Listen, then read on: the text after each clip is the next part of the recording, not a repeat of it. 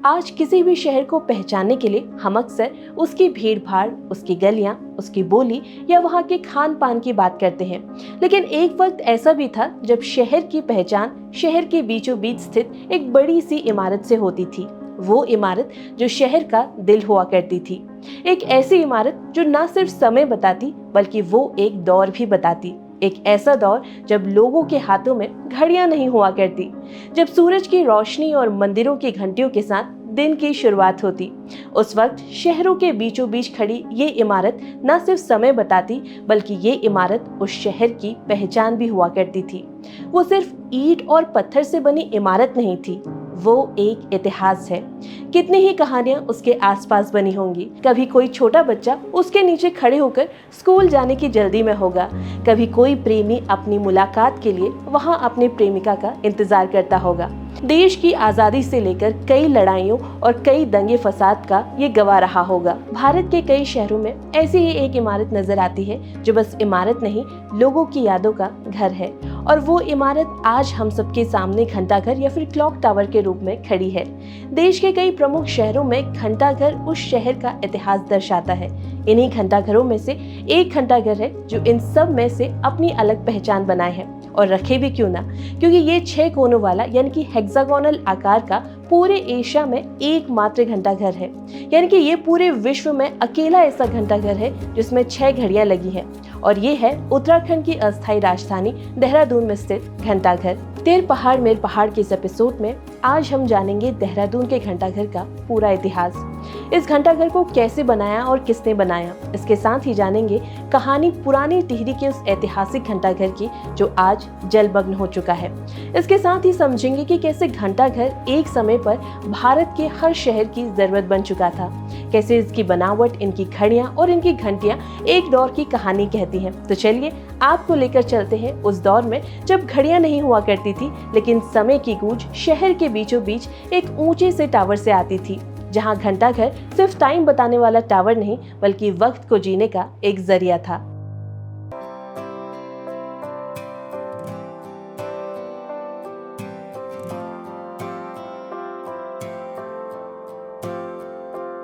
भारत ही नहीं बल्कि दुनिया के कई देशों के कुछ शहरों के बीचों बीच एक चौराहा घंटाघर नाम से आपको जरूर मिल जाएगा। घंटाघर इसलिए क्योंकि एक लंबे से टावर में एक घड़ी होती थी जो साल के 365 दिन टिक टिक करके चलती थी, और कई जगहों पर तो ये एक घंटा पूरा होने पर आवाज भी लगाती। इसलिए घंटों का हिसाब रखने वाले इस घर को घंटाघर हिंदी में कहा जाता है और अंग्रेजी में क्लॉक टावर नाम दिया गया। समय बताने वाली ये बड़ी सी घड़ी का प्रमुख शहरों में होना ये कोई इंतफाक नहीं बल्कि उस दौर की जरूरत थी। ये वो दौर था जब आज की तरह लोगों के हाथों में घड़ियां नहीं हुआ करती थी। हाथ तो बहुत दूर की बात है, लोगों के घरों तक में घड़ियां नहीं होती थी। तब ये घंटाघर केवल वक्त बताते नहीं थे बल्कि एक ऐसा चौक या फिर चौराहा हुआ करते थे जहां पहले के समय में लोग मिला जुला करते थे, एक दूसरे से बातचीत किया करते थे। उस वक्त घंटाघर में लगी घड़ियों की खास बात ये होती थी कि इसकी गूंज पूरे शहर में सुनाई देती। इससे लोग अनुमान लगा लेते कि आखिर समय क्या हुआ है। उस दौर में लोगों के लिए समय बताने वाला ये सबसे ज्यादा भरोसेमंद साथी था। अब उत्तराखंड के देहरादून और टिहरी के घंटाघर पर विस्तार से बात करने से पहले आइए जान लेते हैं कि घंटाघर अस्तित्व में आए कैसे। एक वक्त था जब लोग सूर्य की दिशा और छाया को देखकर समय का अनुमान लगाया करते थे। सूर्योदय और सूर्यास्त के समय और आसमान में सूर्य की स्थिति को देखते हुए लोग ये अंदाजा लगा लेते थे कि समय क्या हुआ है। इससे समय तो पता चल जाता था, लेकिन ये हर जगह एक्यूरेट नहीं होता था। तब कस्बे दर कस्बे और शहर दर शहर समय की गणना अलग अलग होती थी। इसके बाद 5वीं सदी तक समय बताने के लिए एक आसान तरीका आया। इसमें घंटी की आवाज से समय का पता चल जाता था। अब यूरोप में घंटा टावर बनाने की परंपरा शुरू हुई जिसे कैंपनील कहा जाता था। ये टावर आमतौर से चर्चों से जुड़े रहते थे। कई बार इन्हें अलग किसी किसी जगहों पर बना दिया जाता था। इनके अंदर लगी घंटियां पूरे शहर को समय की सूचना दे देती थी। जैसे सुबह, दोपहर, शाम का समय आता तो ये घंटियां उस हिसाब से बजती, और तब लोगों को ये पता चल जाता कि अभी समय क्या हुआ है। 10वीं सदी तक घंटी से समय का पता लगाने का चलन और ज्यादा प्रचलित हो गया। ऐसे टावर अब सिर्फ कुछ चुनिंदा जगहों पर नहीं बल्कि सड़कों और चौक चौराहों पर भी दिखने लगे। जब घंटियां बजती तो लोग उस हिसाब से अपने रोजमर्रा का काम शुरू कर देते। अगर शहर में कहीं आग लग जाती या फिर किसी तरीके का संकट आ जाता तो ये घंटियां एक खास पैटर्न में बजाकर लोगों को चेतावनी दी जाती थी। घंटा टावर तब लोगों को कहीं ना कहीं एक दूसरे से जोड़ने का काम भी करते थे, क्योंकि लोग इसी के आसपास आके मिला जुला करते थे। इन्हीं टावरों के आसपास वो बातचीत करते थे। यूरोप से शुरू हुआ ये घंटा टावर की परंपरा धीरे धीरे पूरी दुनिया में प्रसिद्ध होने लगी और दुनिया के कई देशों ने अपने शहरों में इसे स्थापित करना शुरू कर दिया। इसके बाद बढ़ती तकनीकी व्यवस्थाओं के चलते 15वीं शताब्दी तक बड़े आकार की घड़ियां उपलब्ध होने लगी। अब बेल टावर की जगह क्लॉक टावर ने ले ली थी। फिर आधुनिक घड़ियों के आगमन के साथ इन घंटाघरों के मुखों पर घड़ियां लगाई जाने लगी और ये शहर में एक आकर्षण का केंद्र बन गए थे। समय बताने के साथ साथ ये क्लॉक टावर किसी भी शहर और उसके लोगों के लिए एक प्रतीक और पहचान के रूप में काम आने लगे थे। वैसे ये तो बात हो गई क्लॉक टावर के अस्तित्व में आने की, लेकिन ये भारत कैसे पहुंचे वो भी जान लीजिए।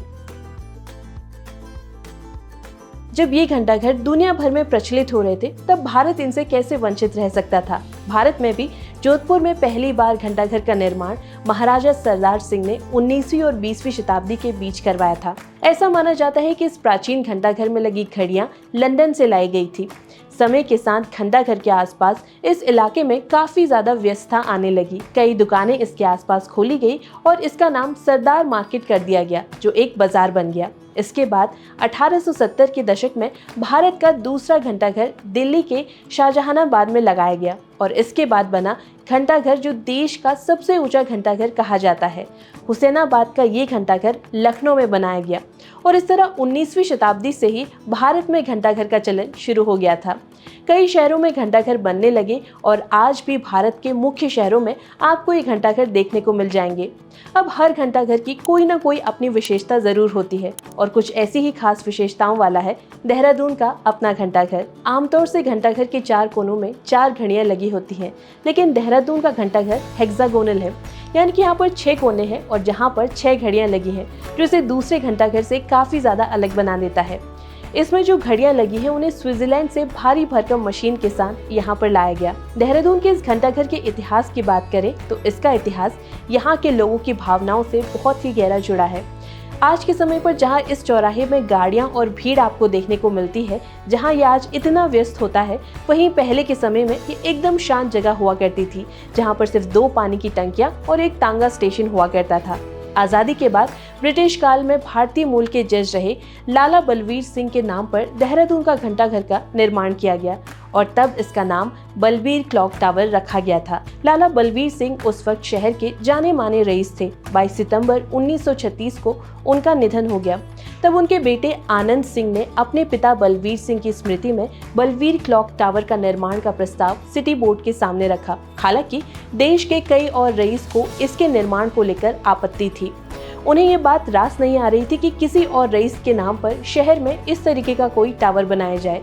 उन्होंने कई प्रयास किए जिससे घंटाघर का निर्माण कार्य रुक जाए, लेकिन तमाम मुश्किलों के बाद आखिरकार 24 जुलाई 1948 में तत्कालीन गवर्नर सरोजनी नायडू ने बलबीर टावर का शिलान्यास किया। लगभग 80 फीट ऊंचे इस हेक्सागोनल टावर का डिजाइन हरिराम मित्तल और रामलाल नाम के आर्किटेक्ट जोड़ी ने तैयार किया।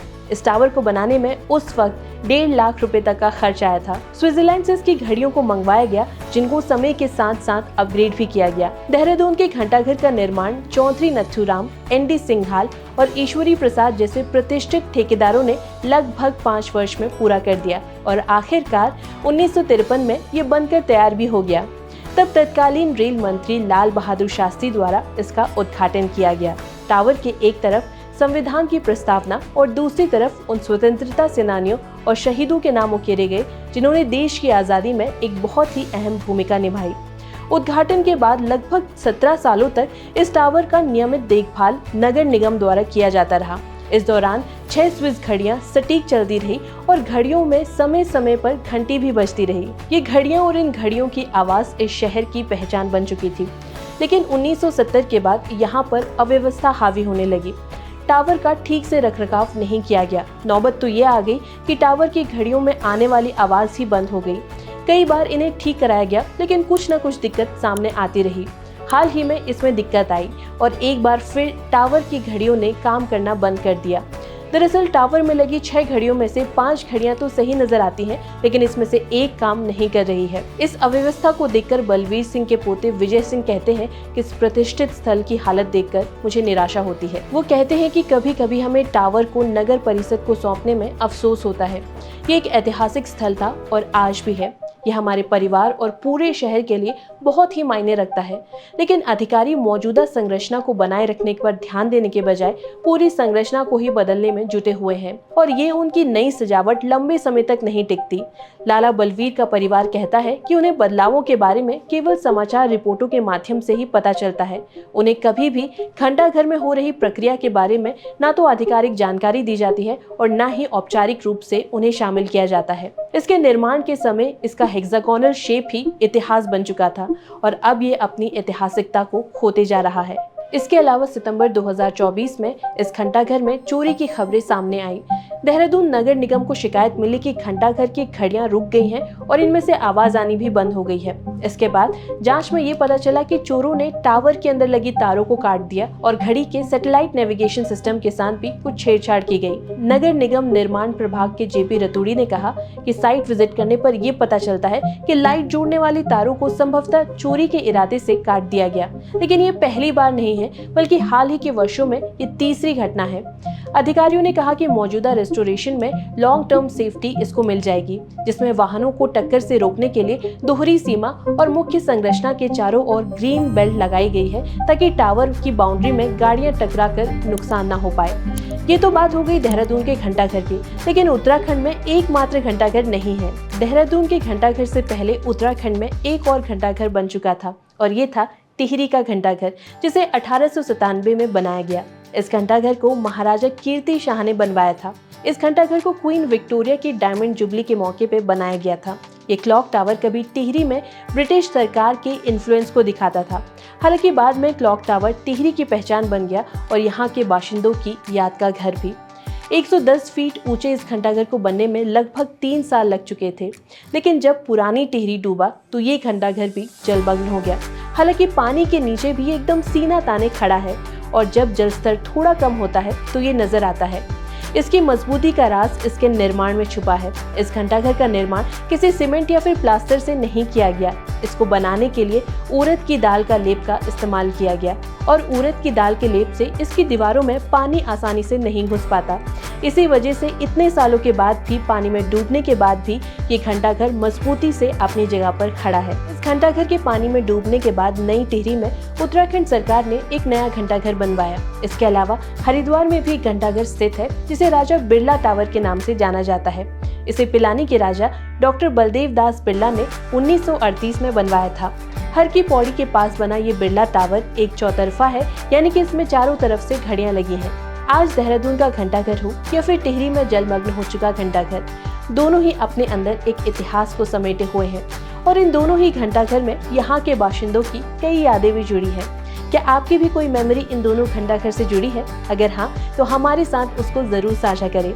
इस एपिसोड के जरिए हमने ये कोशिश की है कि आप तक इन दोनों ही ऐतिहासिक इमारतों की एक झलक पहुंचा सके और उम्मीद है कि हमने ये पहुंचाने में काफी हद तक सफलता पाई है। इसके अलावा अगर आपके पास घंटाघर को लेकर कोई भी जानकारी है जो आप हमारे साथ साझा करना चाहते हैं तो उसे कमेंट बॉक्स में जरूर लिखें। इसके साथ ही अगर कोई सवाल भी हो तो वो भी आप कमेंट बॉक्स में लिख सकते हैं। ये एपिसोड अगर आपको पसंद आया हो तो इसे शेयर जरूर करें और हमारे चैनल को लाइक और सब्सक्राइब करना भी ना भूलें। धन्यवाद।